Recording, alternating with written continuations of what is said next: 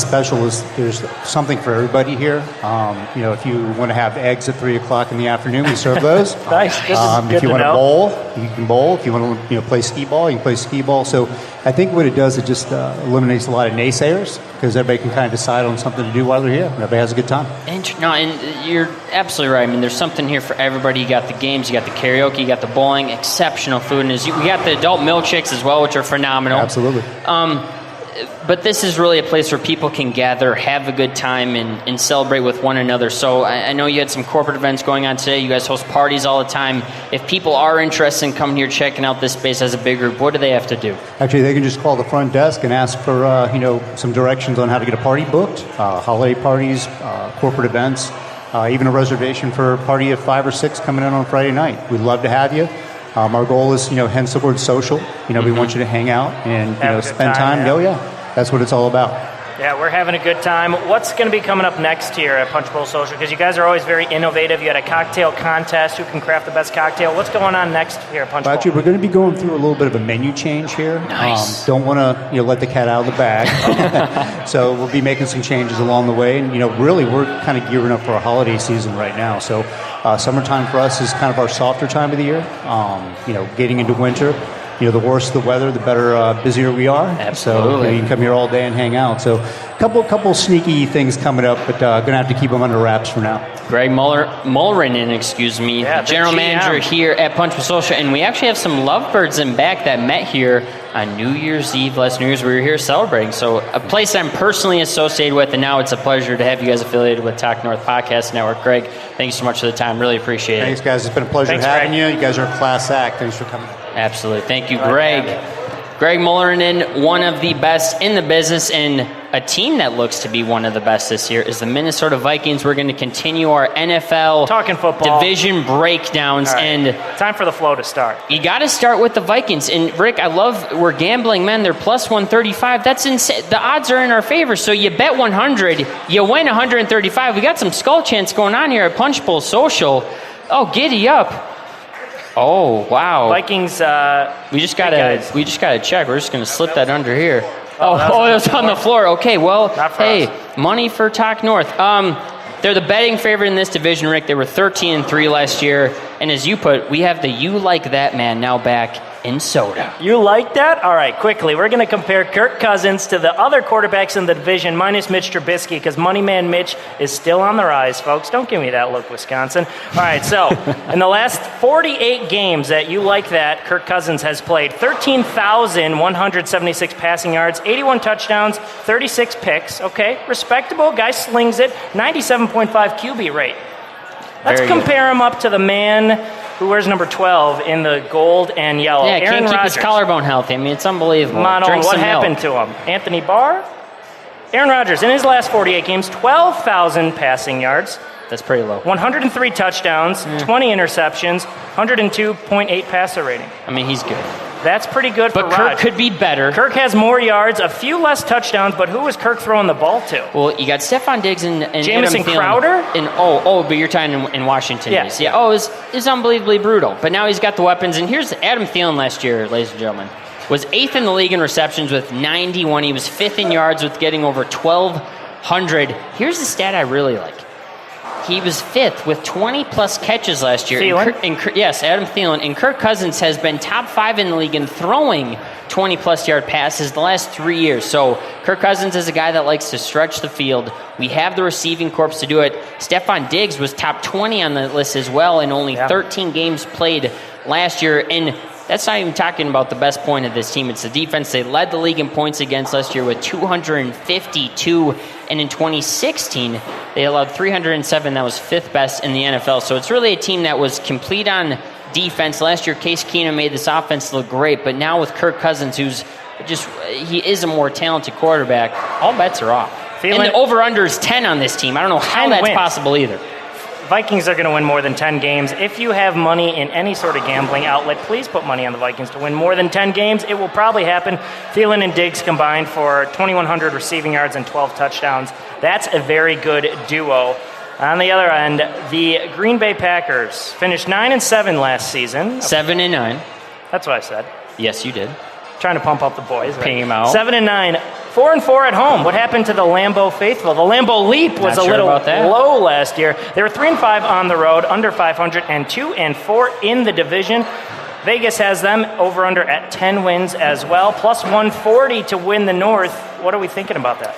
So here's the thing. They allowed the second most points in the NFC last year, which is a big problem. But they did some things on defense this offseason that I absolutely like. They signed Muhammad Wilkerson, an exceptional talent.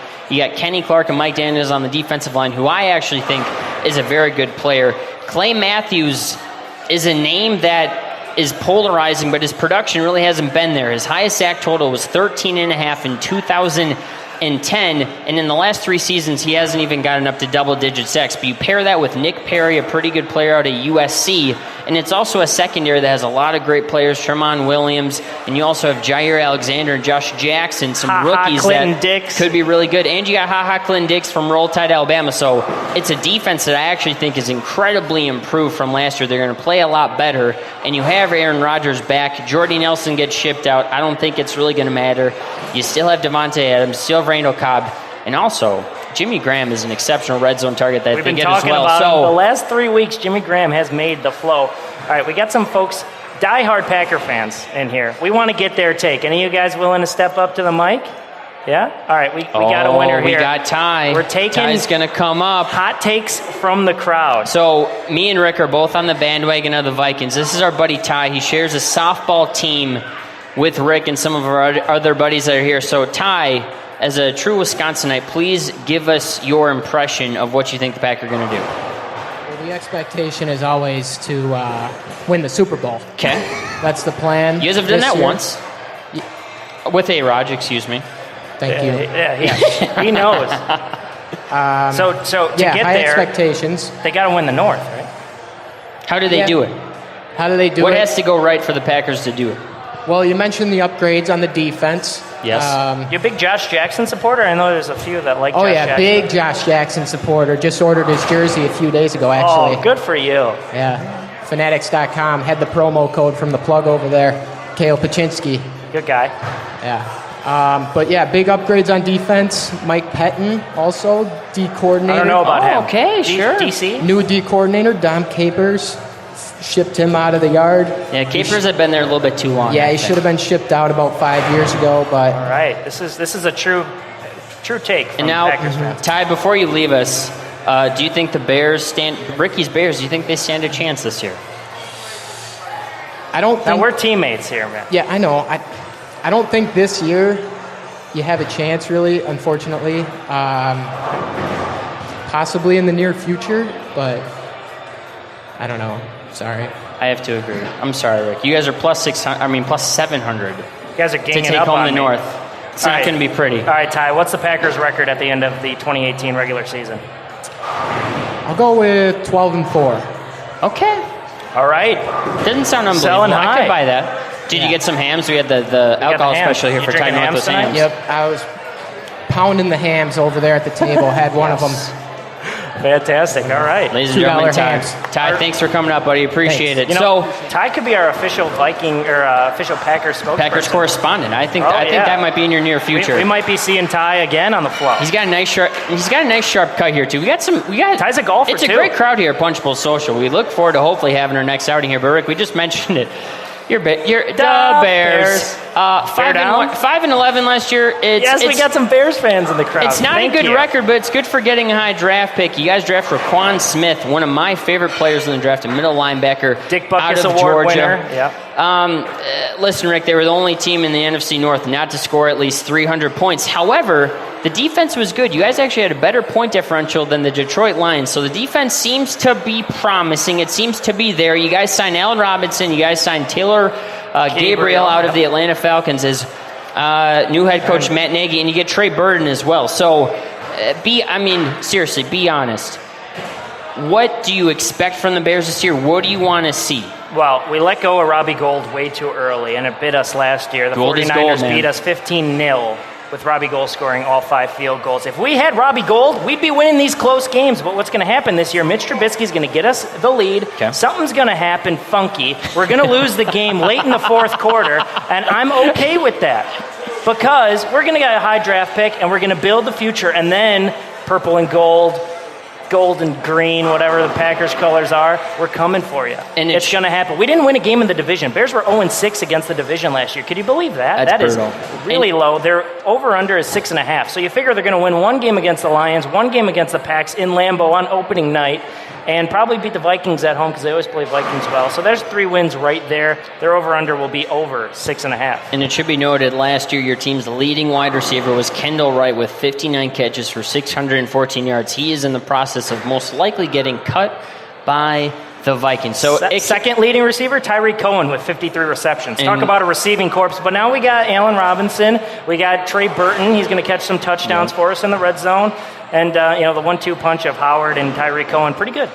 So it's promising for Bears fans. Not so promising for Lions fans, though. 9-7 last year, decent record. 4-4 at home, 5-3 on the road, and 5-1 in the division there. Plus 650. They took bet names 100, against win the North. 650 if they win the North. They were the highest scoring team in the NFC North. And in case you did not know, they were the only team to score above 400 points. That was the 4th best in the NFC overall. But how the big problem was they gave up 376 points, which was the highest in the division. Tahir Whitehead led the team in tackles with 78, and a really good rookie last year, Gerard Davis from Florida, was second with 65. They have Darius Slay.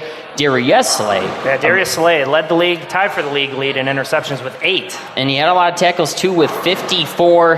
And Matt Stafford, one of the best all time. Here are his passing yard totals since 2012. In 2012, he was second in the league in passing yards, 2013, third, 2014, fourth, 2015, 8th, 2016, 6th. And last year, he was third by my Minnesota Matt tells me, I think the last 6-7 years.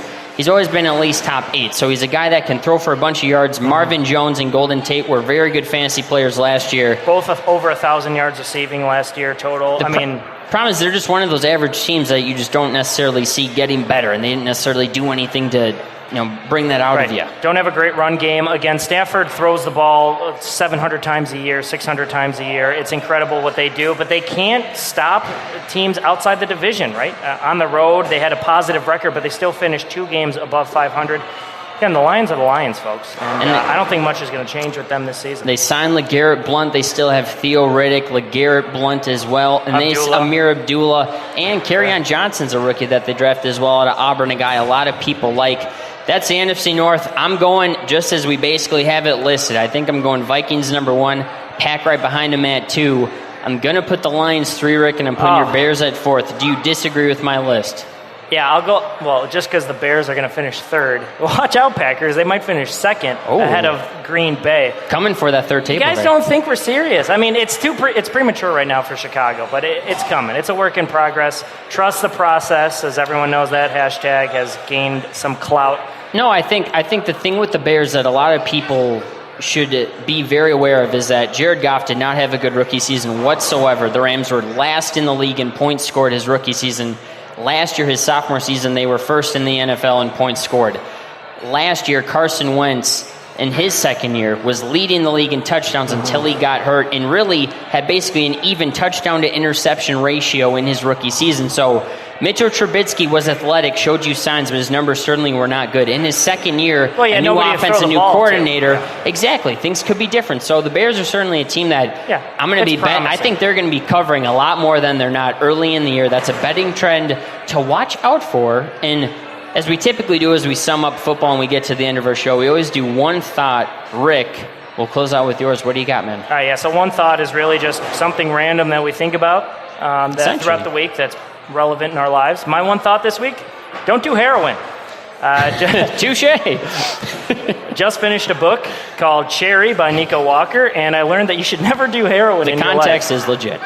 Nico Walker was an Army vet, fought in the Iraq War. He was actually a medic, and so in his time in the Iraqi War, he became addicted to drugs. He came out of the war and still had that drug addiction, eventually led to heroin.